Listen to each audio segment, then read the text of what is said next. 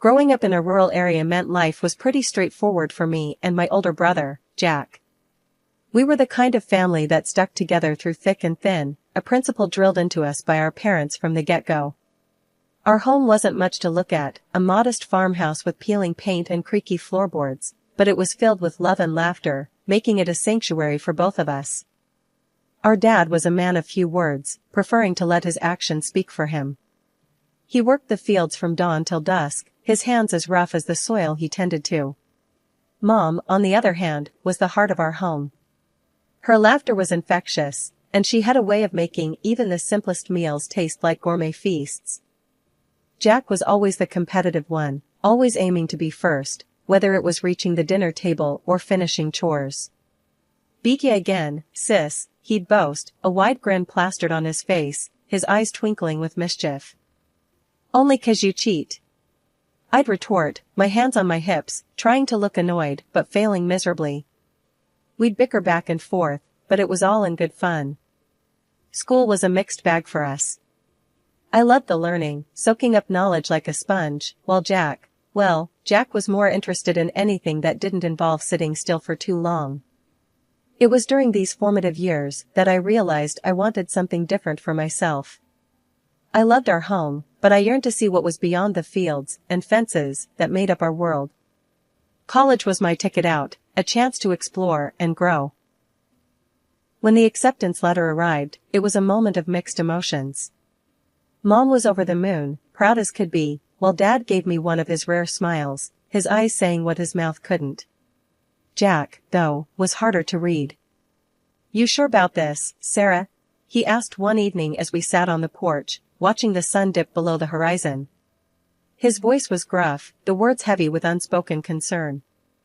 "Yeah, I am," I replied, my voice steady, but my heart racing. I need to see what's out there, you know?" Jack nodded, the silence stretching between us. "Just don't forget where you come from, all right? These fields, this house, it's part of who you are." "I won't, I promise," I assured him, the weight of his words settling on my shoulders. It was a promise I intended to keep, no matter how far I roamed. College was a blur of studies and newfound freedoms, a stark contrast to the life I had left behind. Upon graduation, the thought of returning to that simple, rural life was overshadowed by the opportunities that lay in the city. I took a job and settled into my grandmother's house, a cozy little place that felt like a piece of home in the midst of urban chaos. The Harrisons, an elderly couple with hearts as wide as the fields back home, lived beside my grandmother's house, which I now called my own. Their granddaughter, Lily, lived with them, a city girl through and through, her world seemingly a universe apart from mine. Jack and Lily's whirlwind romance caught us all off guard, especially me. I wanted to be happy for them, really, I did. But Lily and I, well, we mixed like oil and water from the get-go. One evening, during a family dinner I hosted at my grandmother's house, the tension reached a boiling point. I had spent hours preparing the meal, eager to bring a piece of home to the city. The table was set, the food laid out, a feast by any standard, or so I thought. "What is this?" Lily asked, eyeing the spread with a mix of curiosity and disdain. "It's dinner," I said, trying to keep the annoyance out of my voice. "Mom's recipes. Thought it'd be nice to have a taste of home." Jack dug in, praising the flavors, but Lily pushed her food around her plate, barely taking a bite. "It's quaint," she finally said, her tone implying anything but. I clenched my jaw, feeling my temper rise. "Quaint?" I echoed, my voice sharper than I intended. "It's home cooking. Real food, not some overpriced dish from a fancy restaurant." Jack shot me a look, a silent plea to keep the peace, but I was past caring. "What's wrong, Lily? Not to your taste?" Lily set her fork down, her lips a thin line. "I just prefer food with a more refined palate," she said, each word dripping with condescension. The meal ended in awkward silence, the unspoken words hanging heavy between us. It was clear Lily and I were from two different worlds, and neither of us was willing to bridge that gap. Life had a way of throwing curveballs, but nothing could have prepared me for the news that shattered the ordinary flow of my days. Mr. Harrison, Lily's grandfather, had been involved in a serious car accident. I remember standing in my kitchen when Jack called. The moment I heard his voice, thick with emotion, I knew something was terribly wrong. "Sarah, it's Mr. Harrison, he didn't make it," Jack said in a strangled voice. My heart sank, and for a moment, I couldn't speak. Mr. Harrison had been like a second grandfather to me, always there with a story or a joke, his eyes twinkling with mirth. "We need to be there for Mrs. Harrison. She's all alone now," I finally said, my voice barely above a whisper. "Yeah, I know. The funeral's tomorrow. Can you believe it?" "Just like that, he's gone," Jack replied, the pain in his voice mirroring my own. The day of the funeral was a blur, a procession of faces and condolences that seemed to blend together in a haze of grief. The Harrisons' home, usually a beacon of warmth and laughter, felt cold and empty, the air heavy with loss. Mrs. Harrison, the rock of her family, looked small and fragile, her eyes lost in sorrow. But what struck me was the undercurrent of conversation that had nothing to do with mourning or loss. "I heard he left everything to her," whispered one distant relative to another, not even bothering to lower their voice enough. "Yeah, but what's going to happen now? Who's going to take care of everything?" came the reply, laced with greed rather than concern. The audacity of such talk, at such a time, made my blood boil. Was there no respect for the man who had just passed? For the woman who had lost her partner of so many years? It was then that Lily found me, her expression one of irritation rather than sorrow. "Sarah, what are you even doing here? You're not family. Maybe it's time you left," she said, her words sharp and unwelcome. I looked at her, incredulous. "I'm here to support Mrs. Harrison, just like everyone else. Or at least, that's what I thought we were all here for," I shot back, my patience wearing thin. Lily scoffed, rolling her eyes. "Please, like you being here makes any difference. Just go home, Sarah." With a heavy heart, I decided to leave, not wanting to cause a scene. But as I walked away, the snippets of conversation about assets and inheritance continued to echo in my ears, a stark reminder of the greed that often lurked just beneath the surface of familial bonds. The day after the funeral, my phone rang, slicing through the silence of my home. The screen displayed Mrs. Harrison's number, and I answered immediately, my voice thick with concern. "Sarah, dear, could you come over? I need to talk to someone." Mrs. Harrison's voice trembled through the line, her usual strength buried under layers of grief and fatigue. "Of course, Mrs. Harrison. I'll be right there," I replied, my heart aching for the woman who had suddenly found herself alone in the world. Arriving at her doorstep, I was greeted by a sight that tugged at my heartstrings. Mrs. Harrison stood there, a shadow of her former self, her eyes brimming with unshed tears. Without a word, she ushered me inside, into the living room where so many of our neighborhood's memories had been made. "Thank you for coming, Sarah. It seems you're one of the few who truly cares," she began, her voice laced with a sorrow that resonated deep within me. "It's what neighbors are for, Mrs. Harrison." "How are you holding up?"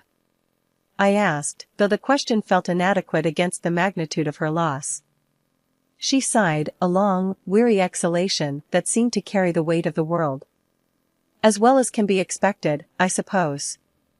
But it's not just the loneliness, Sarah. It's everything else. The vulture circling, if you know what I mean." I nodded, understanding all too well the ugly side of human nature that tragedy often revealed. "I've heard some talk," I admitted, my tone grim. "People can be so cruel, greedy? Yes, they can. And they are." Mrs. Harrison cut in, her words sharp with a bitterness that surprised me. "But that's not why I asked you here." She paused, gathering her thoughts, and when she continued, her voice was steadier, imbued with a resolve that belied her frail appearance. "My husband left everything to me, Sarah. The house, the savings, everything. And now, everyone's got their eyes on what they think they're owed. I reached out, placing a comforting hand over hers. But it's your right, Mrs. Harrison. He wanted you to have it. Yes, he did. And I intend to honor his wishes. But, Sarah, there's something else. She hesitated, her gaze locking with mine, a silent plea for understanding.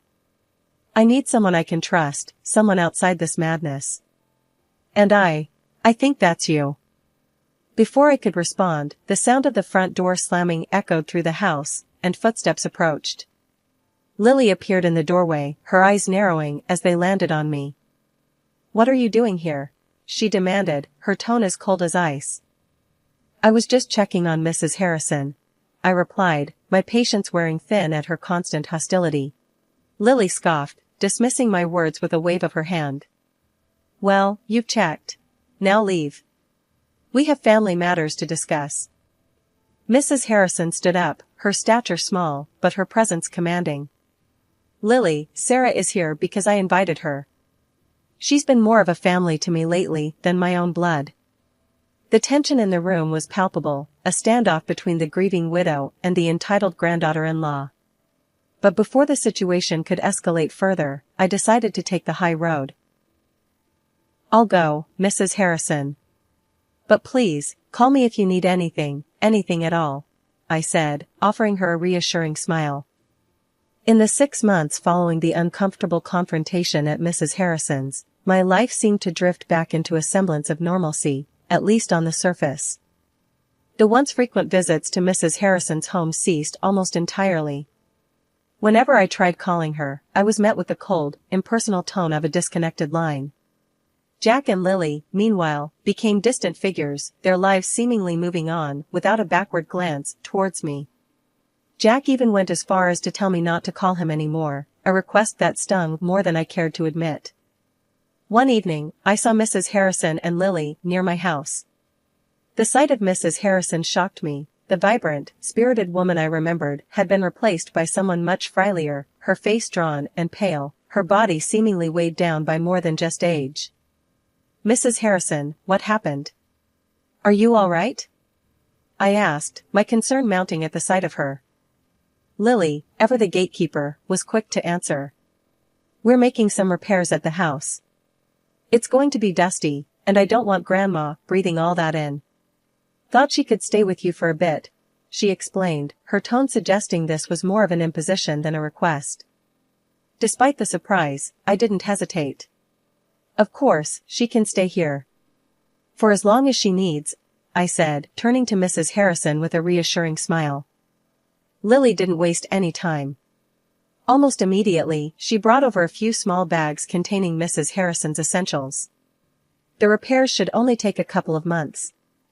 I'll give you a call when it's all clear for her to come back, she said, her voice carrying a finality that suggested the topic was not open for discussion. The moment Mrs. Harrison crossed the threshold into my home, something shifted.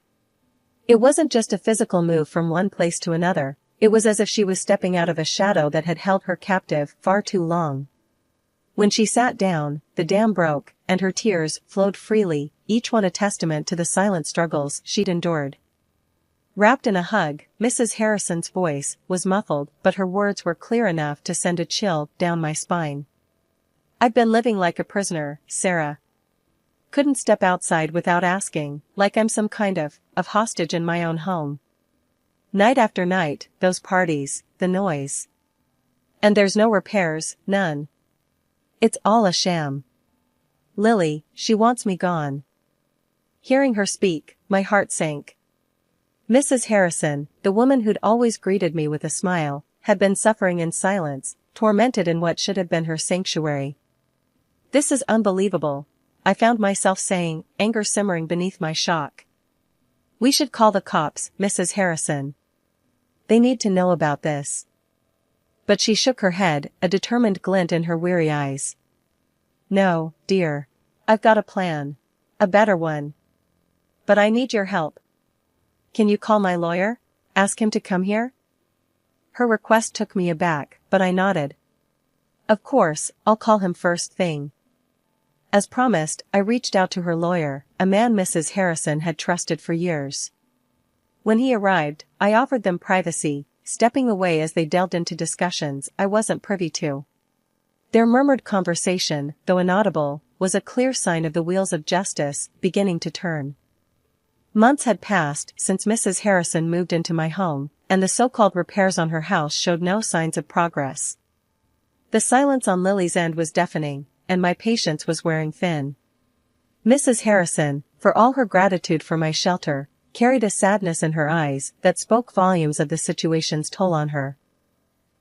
One evening, as Mrs. Harrison and I sat in the living room, a rare moment of peace enveloping us, I decided it was time to address the elephant in the room. Mrs. Harrison, something's not right. There's been no word from Lily, and your house, it looks untouched. Are you sure there's really repairs going on? I asked, the concern evident in my voice. She sighed, a deep, weary sound that seemed to carry the weight of her worries. I've had my doubts, dear. But what can I do?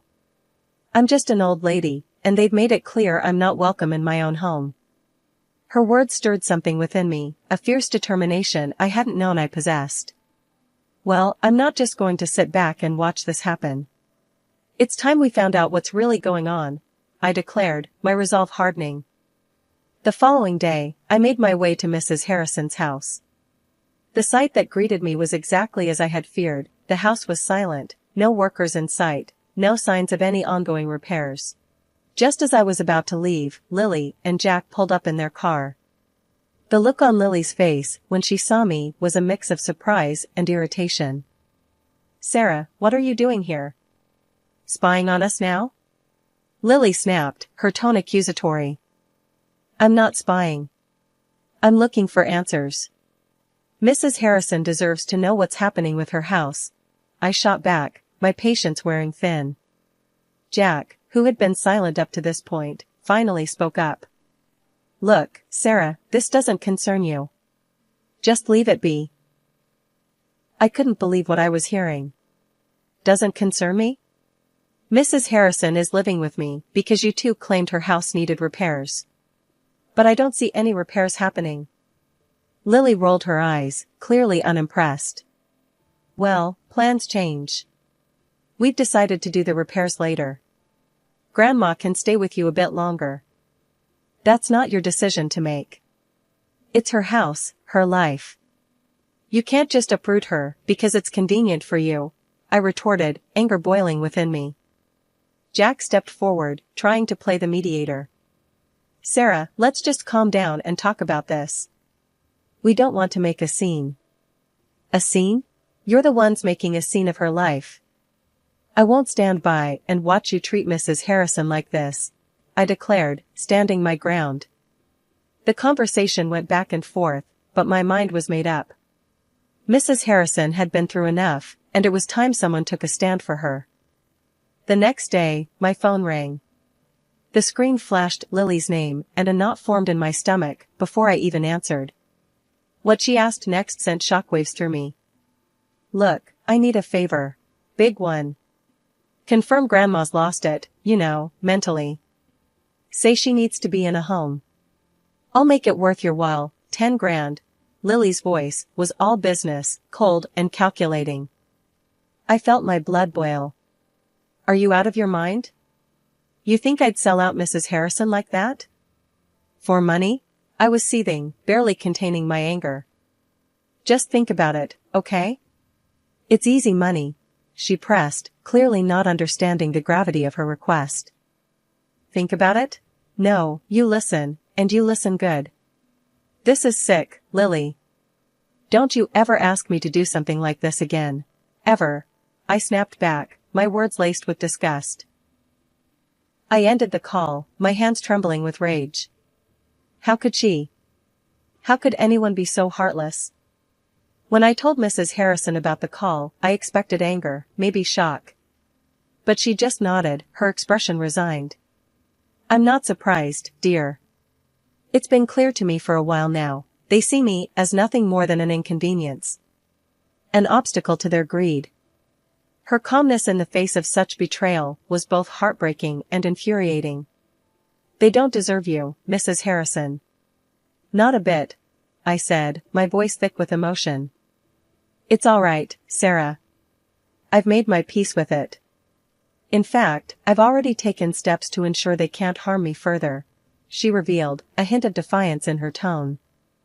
What do you mean? I asked, curious despite the heaviness in my heart. I've transferred everything, my house, my savings, all of it, to you. Left just enough for myself to cover a stay in a nice nursing home, one that I picked out. But after what Lily just tried to pull. Maybe I rushed that decision, she explained, her eyes searching mine for understanding. I was floored. Mrs. Harrison, why me? You barely know me. Because you showed me kindness when they showed me greed. You offered me a home when they tried to take mine away. You're my family now, Sarah, in every way that matters, she said, her voice steady and sincere. The weight of her words, of her trust, was overwhelming. You don't have to go to any home, not if you don't want to. Stay here, with me. We'll figure this out together, I offered, more determined than ever to protect her. Mrs. Harrison smiled, a genuine smile that reached her eyes. I'd like that very much, dear. Thank you. The day Mrs. Harrison asked me to gather all her relatives at the lawyer's office, I knew we were on the cusp of a seismic shift.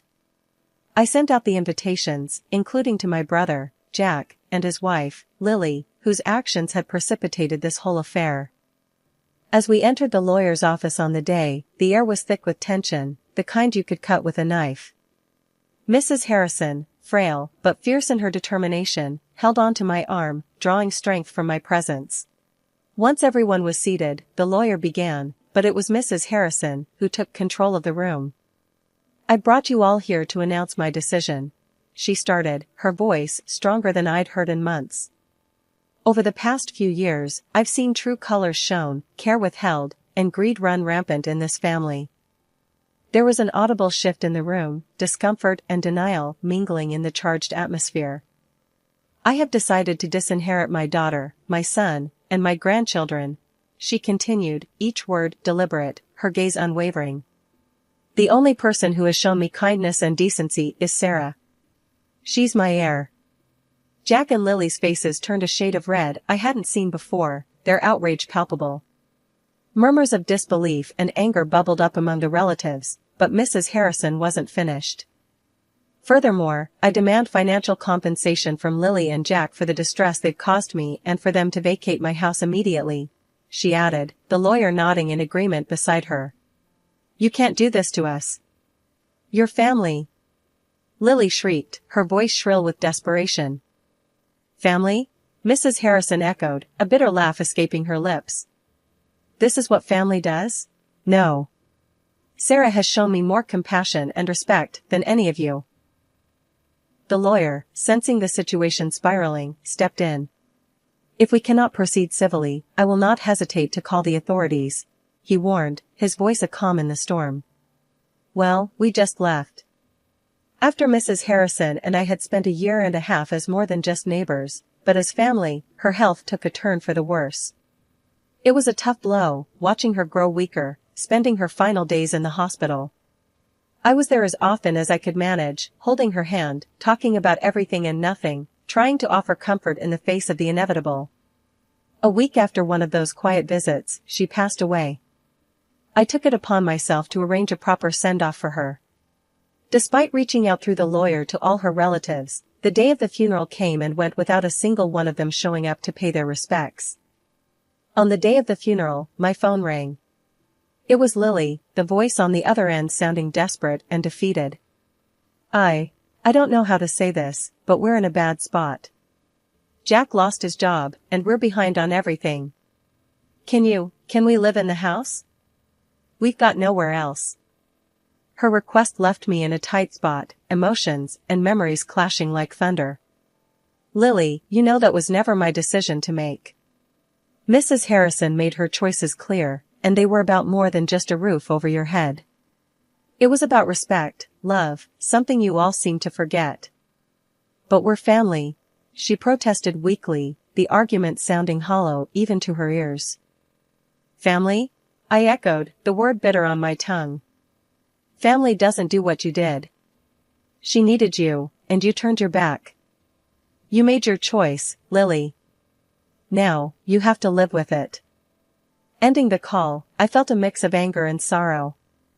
It wasn't just about the house or the money, it was about the values Mrs. Harrison stood for, the lessons she taught me about kindness, integrity, and standing up for what's right.